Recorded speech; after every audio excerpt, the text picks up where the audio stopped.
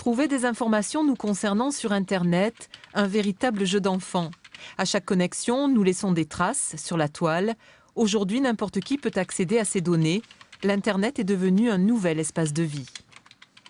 Il faut apprendre à vivre ensemble dans le web. Comprendre qu'on ne peut pas y échapper radicalement, on ne peut pas ne pas laisser de traces. Donc il faut plutôt apprendre à connaître à la fois ces mécanismes et surtout à en avoir une intelligence, donc à savoir s'en servir en fait nous-mêmes.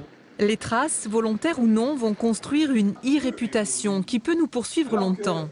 Pendant 2 jours à Toulouse, chercheurs et professionnels du monde entier débattent des enjeux de ces identités numériques.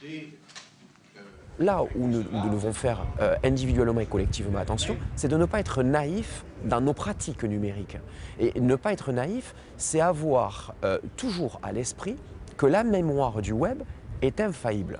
Et on est véritablement dans un changement, un bouleversement dans l'humanité. L'e-réputation est même devenue un marché. Une centaine d'entreprises en France s'en sont fait une spécialité.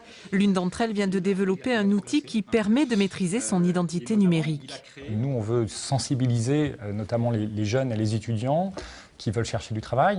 On sait aujourd'hui que tous les recruteurs vont taper le nom et le prénom du candidat. Donc on a tout intérêt à sensibiliser, à se prendre en main, en fait, dès que possible, pour pouvoir justement ne pas subir, mais plutôt avoir la maîtrise. Aujourd'hui, il est plus simple de mettre des informations en ligne que de les faire disparaître. La maîtrise de l'e-réputation nécessite des garde-fous. Les commissions nationales informatique et liberté de différents pays européens vont faire aboutir avant l'été une action engagée notamment contre Google pour améliorer l'accès aux règles de confidentialité et mieux protéger les données que nous partageons sur le web.